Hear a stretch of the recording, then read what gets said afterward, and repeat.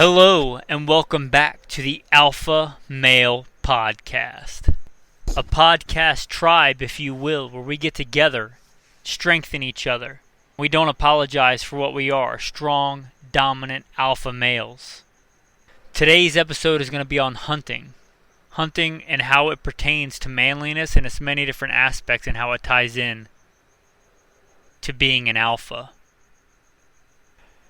Before we get into that, don't forget to like, subscribe, comment, leave a review of the podcast. If you want to check out more, I'm not going to mention all the different things, just go to goodshepherdtraining.com. I got a link to a bunch of different stuff on there if you want to support the podcast, if you want to check out some pictures, some more specialized stuff like that. Contact me. Again, that's goodshepherdtraining.com. With that, guys, I'll plug in the bio, and I just redid it, so if you've heard the other one, you may want to listen to this one, maybe not. If you want to skip it, generally skip to around 4 minutes. That should get you pretty close to the topic. Who am I?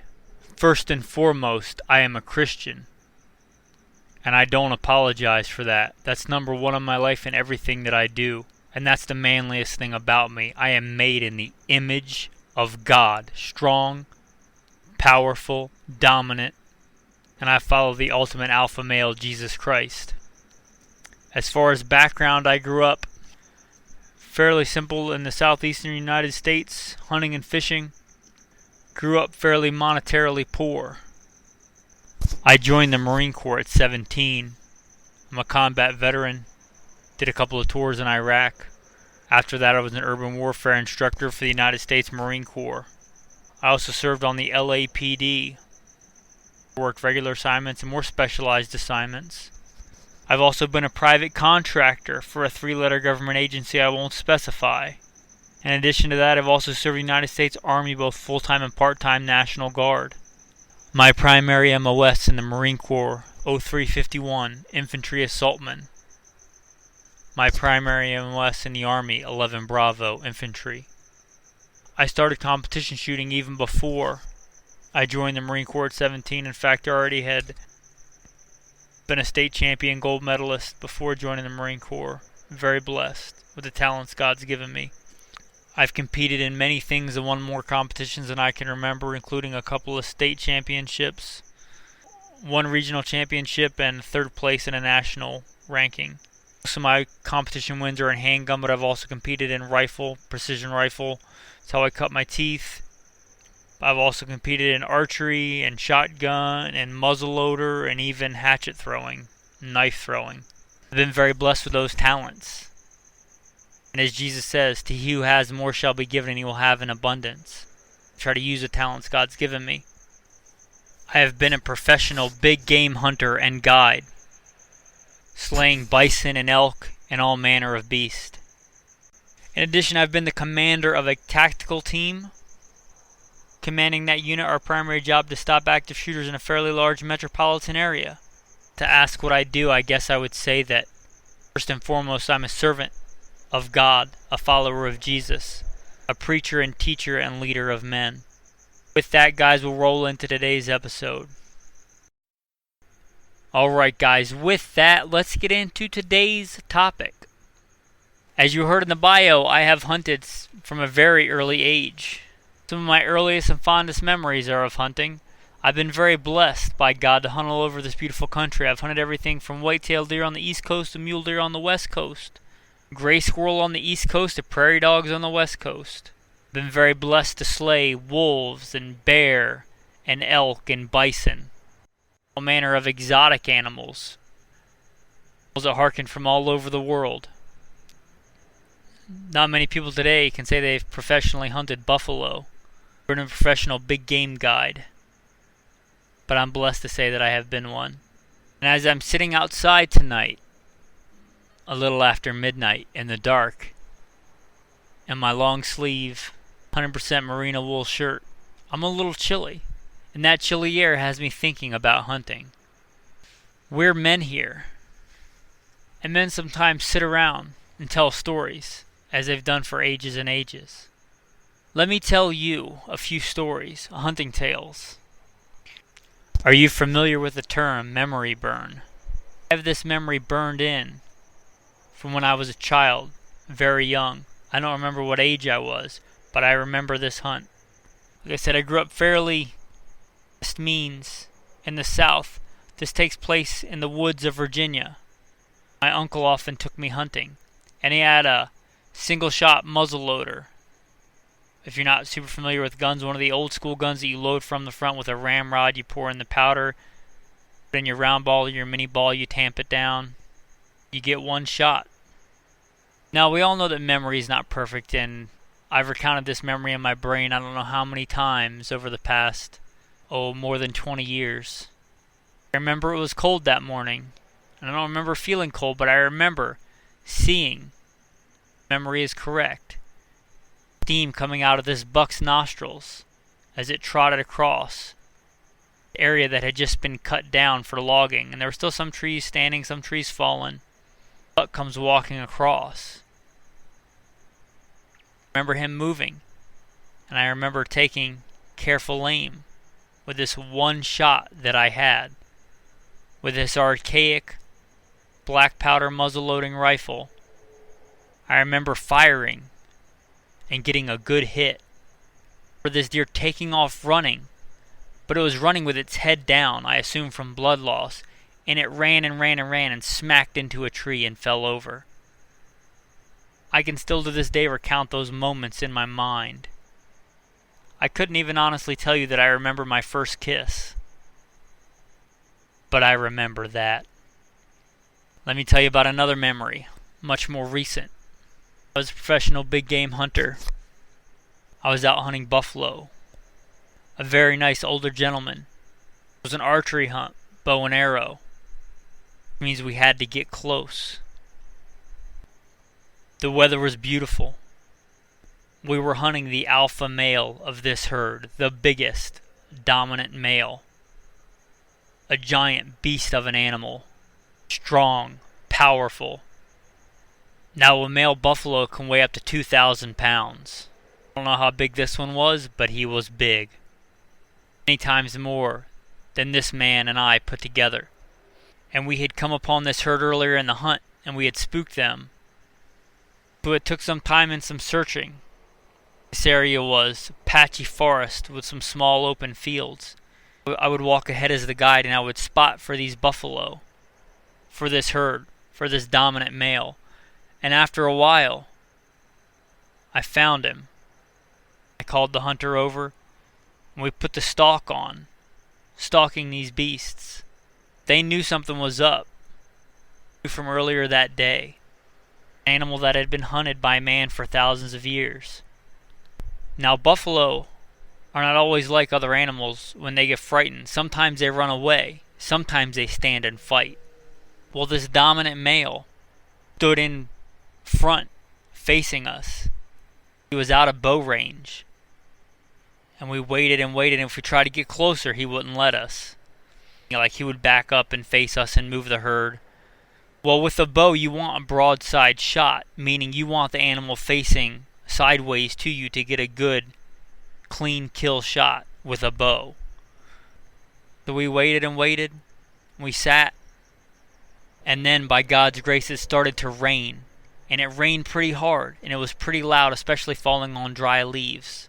So we got down on hands and knees and got down and walked down into this little ravine, this little gully.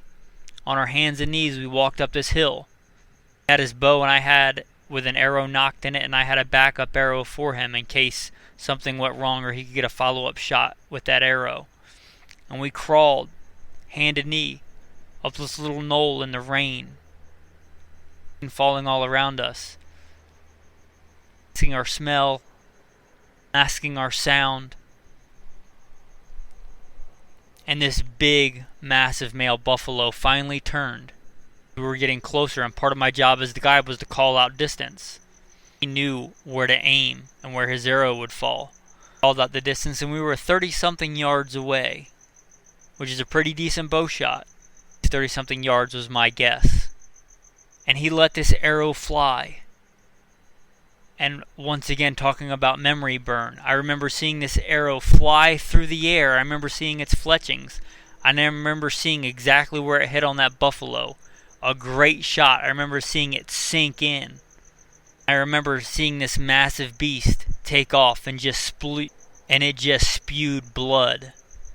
So much blood it looked like it was painting the forest floor red.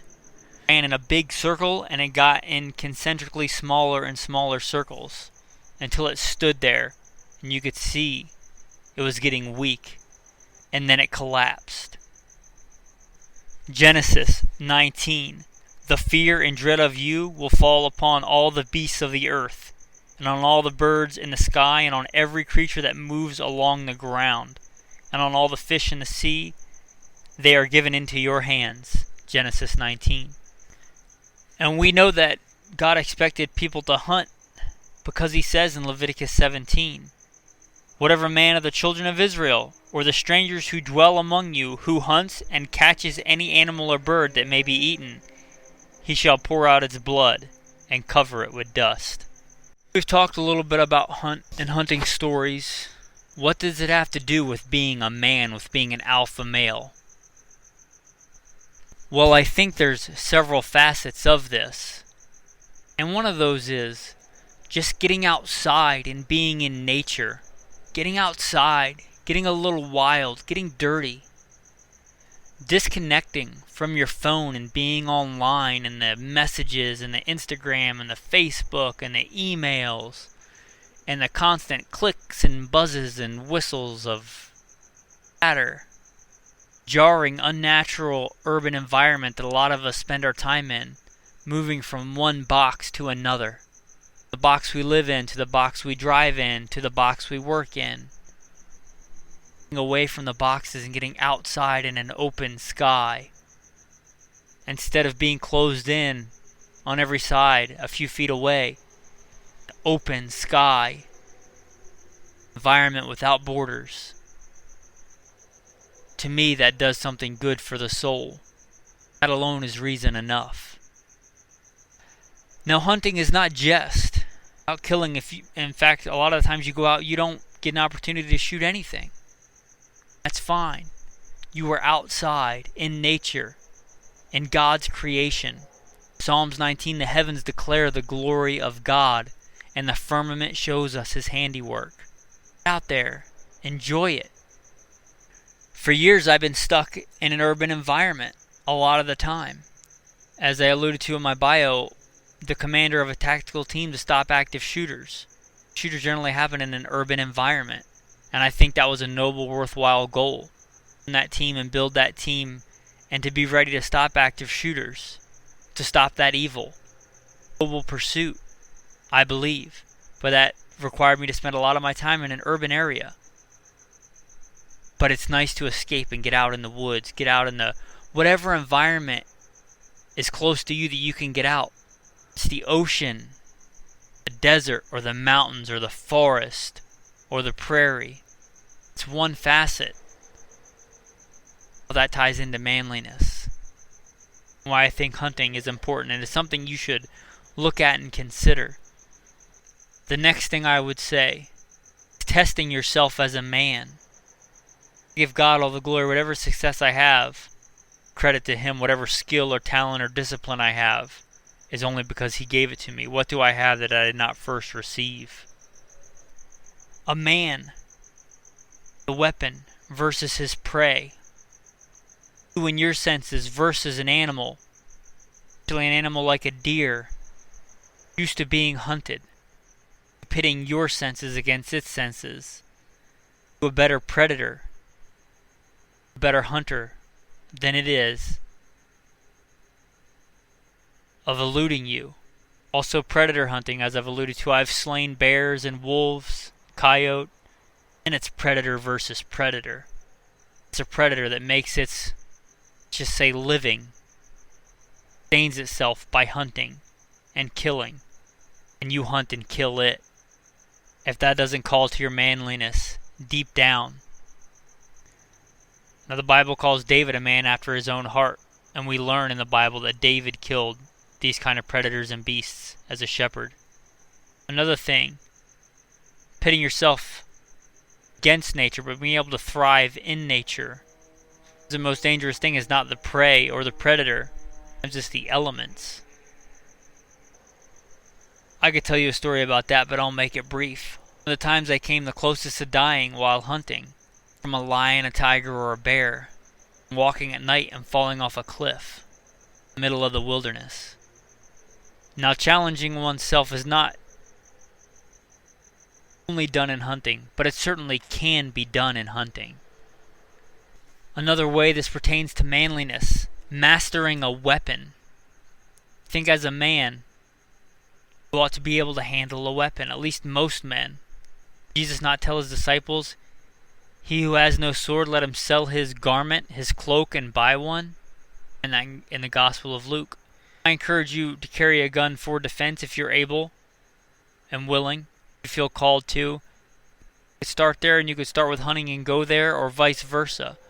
But being a man and mastering a weapon, whether it's a rifle or a shotgun, or a handgun, or a bow and arrow, or a rock. Hunting can help you gain proficiency with a weapon. Another aspect of this, I think, hunting and how it pertains to manliness, is self-sufficiency, self-reliance.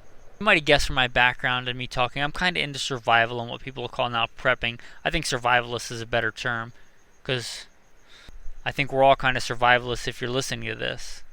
Because by God's grace, we've all survived this long. Just give more focus to it than others. But self-sufficiency, being able to put meat on the table, literally. To be able to go to the store and buy food. Also great to grab a weapon, go out in the woods, kill a beast, carve it up, and throw it on the table like a man and eat it. Apologize for that. You shouldn't either. If you eat meat, that animal got killed somehow.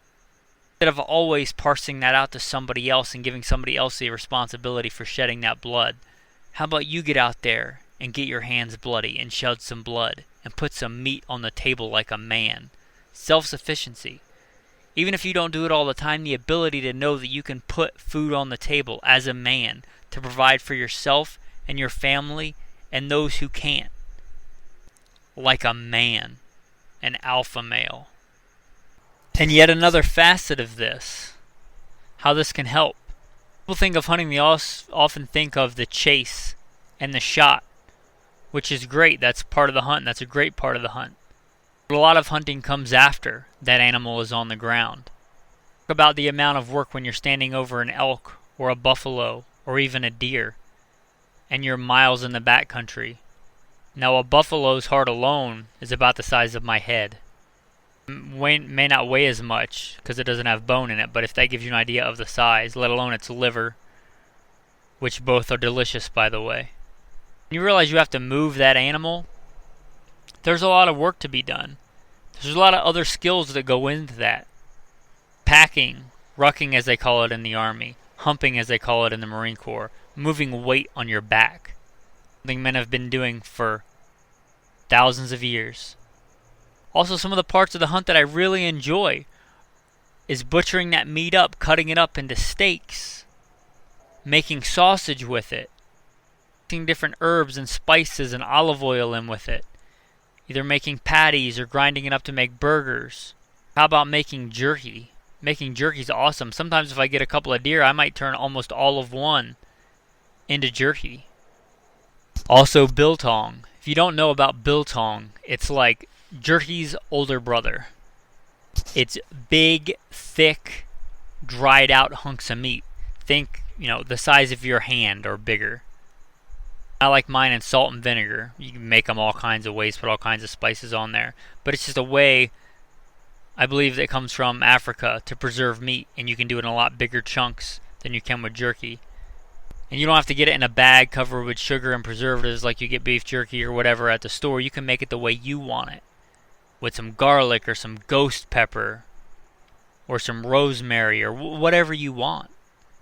You can invite a bunch of your friends over and roast an entire leg of an animal and cut hunks of it off, and you guys can eat it in fellowship. There's a lot more to the hunt than just firing a shot. With that, I'd like to talk about Some men we might think of as alpha males that were hunters. This by no means is an all-inclusive list. This is just some. How about George Washington? How about John F. Kennedy? How about Theodore Roosevelt? How about Ernest Hemingway? Winston Churchill? Davy Crockett? Daniel Boone? William Buffalo Bill Cody? Those and many others. I'm not saying you have to hunt to be an alpha male, but I'm saying plenty of alpha males do. I'd like to touch briefly on some criticisms or some pushback you often get as a hunter from people who don't hunt. So let's say something like, oh, going out and shooting Bambi with a rifle, how hard can that be? Number one, the easiest hunt I've ever been on is far harder than going to the drive-thru at McDonald's and ordering a hamburger. That cow died too. You just paid somebody else to do it. A lot of people base that on going to their local park or suburb and seeing what I would kind of call semi-tame or pet deer. Or the one time they went into a park somewhere, like a national park, and saw a deer. They're used to people, a deer that doesn't get hunted. Even then, they don't think about all the times they went in the woods and the hours they've been in the woods and haven't seen a deer, or haven't gotten close enough to a deer to shoot it. So when somebody criticizes you, I guess you'd ask them if they've ever done it and just leave it there. Like telling somebody you run a marathon. They come back with, I drove 30 miles to work today, it didn't seem that hard. It's similar when they say that hunting's not that hard. I don't generally see a good argument for people that eat meat but are against hunting. Those animals live a far better life. See how cows are raised for slaughter and how chickens are raised, shoved together in houses thousands at a time in their own feces. I don't even really understand the vegetarian. They go out and pick all their food themselves, because if they eat corn or wheat or soy, that used to be forest. Somebody killed all those animals to plant that food there. Soybean fields don't just grow naturally. You know what they do to the animals that go in there and destroy those soybean crops? They kill them. So instead of apologizing for it, stand up and have dominion over your environment. Don't be afraid to kill an animal and eat it. Don't apologize for it either. Now, before you start coming up with all kinds of reasons and justifications in your own mind of why you can't hunt, I'd say check yourself and see whether that's a beta male move or not. You see, we often think about the early pioneers in America as, great hunters and trappers and fishermen, and likely many of them were. You have to remember, when they came here from Europe, their descendants from England, from France. The majority of the common men in those countries grew up in urban areas, peasants or serfs or whatever you want to call them, and likely many of them had never hunted before in their life. Some of them may have, poached a king's deer or whatever. That wouldn't surprise me. But they had to learn to hunt. The first Jamestown settlement, many of them died. I had heard this before and I just pulled it up, and the first thing that comes up, 38 out of the original 104 survived. Those men didn't have those skills, and they had to adapt in a very harsh time. Those survivors could do it. You can also learn to hunt. Thinking of why you can't or all the obstacles, again, check those beta male thoughts and think of how you can do it. Perhaps it's time to take off those skinny jeans, put down the soy latte, grab a pair of boots and a canteen, and head out to the wilderness and kill something and eat it. Some ways you might be able to do this that you may not have thought of. Now, you may have guessed from my background that I like guns. I like to hunt with guns. Modern firearms, we'll say. But there are many other ways to hunt. Hunting with a bow. I also like archery. Hunting with a slingshot. Hunting with a blowgun. Hunting with an air rifle. There may be some legitimate obstacles as to why you can't hunt with a gun. Not excuses, but legit reasons, like if you're not yet 18 and your parents will not get you a gun. They don't allow guns in the house and you're supposed to honor your father and mother. I killed my first bear with a bow when I was 16. You get a bow and practice with it. About a blowgun, I've hunted with a blowgun successfully. I don't say this to brag, but I've even hunted with a rock successfully. As an alpha male, don't make excuses, get out there and get stuff done. I should mention that check what's legal in your area, but a good place to start, my advice would not be with big game. But you can start with small game, and a lot of places have invasive species. One that stands out to me is a Eurasian collared dove. I don't know that they taste any different, be able to perceive any difference in taste. They're delicious, but they're an invasive species if you live here in America, assuming you're here in America. The Eurasian collared dove, invasive species. A lot of time they have pretty liberal seasons, if any at all.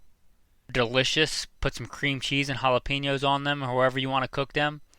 Delicate. You can even clean them and breast them out with just your hands, without even using a knife. You can just rip them apart, take the meat out, make some soup or something. Bow fishing for an invasive carp species. Blowgun hunting for, a Eurasian collared dove. Or starlings are also an invasive species from Europe. See where you're at, if there's any laws or limits on those. So this is not just pertaining to hunting, but as an alpha male in general, stop thinking of why you can't and start looking for how you can get it done. And don't forget what I would consider the cousins of hunting: fishing and trapping. You can trap with a snare pretty easily, just either a piece of string or a piece of wire depending on your quarry. We live in the age where you can get on YouTube and look up all kinds of stuff. YouTube can be used for a lot of wasting of time and a lot of useless stuff, but can also be a great resource, a better resource than this because it's visual, to look in how to set snares. And check what's legal, check what you have to be licensed for in your area. Snares can be done depending on your quarry, like I said, with a piece of string or with that, picture frame wire that you can get at Dollar Tree or a dollar store. So with a knife, you can get out there and turn a stick into a steak and get a piece of wire or a piece of string. Catch something with a rock, you can kill it and eat it. Doesn't take a whole lot of material possessions to get that done. People have been doing it for thousands of years, and you can do it too. With that, I want to say thank you for listening to this episode of the Alpha Male Podcast. I'm honored and humbled that you give this portion of your time. With that, guys, if you want to find out more, you can go to goodshepherdtraining.com. If you have any feedback about the podcast, if you contact me or train with me, if you want to support on Patreon, I'll post some pictures on Patreon of some of the hunts I talked about. You can check those out if you're a visual person and you want to become a Patreon member for $1. You can check out some of those pictures. So I posted pictures for patrons of the muzzleloading buck story that I talked about. Posted a picture of me with a fallow buck, which is like a Viking stag. Picture of me blessed to take my wife on her first successful big game hunt, Texas doll sheep.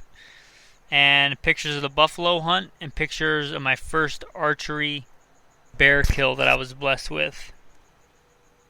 If you want to check that stuff out, as well as some other cool insider content on the Patreon page, go ahead and sign up if you want to support. If not, no worries. Feel free to listen for free and don't feel guilty about it. Again, to check out more, go to goodshepherdtraining.com. You can also check out the other podcasts, Simple Man Sermons if you care about the important stuff, and Gunfighter Life if you want to learn or if the gun stuff interests you. You can also go in and check the archives of Alpha Male and Gunfighter Life for more on hunting. A few other housekeeping things. If you haven't noticed, guys, I've gone through some audio changes.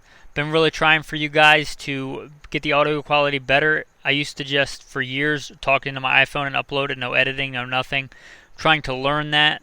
I appreciate your patience when I'm doing that. I know the audio quality is not outstanding, but hopefully it's getting better.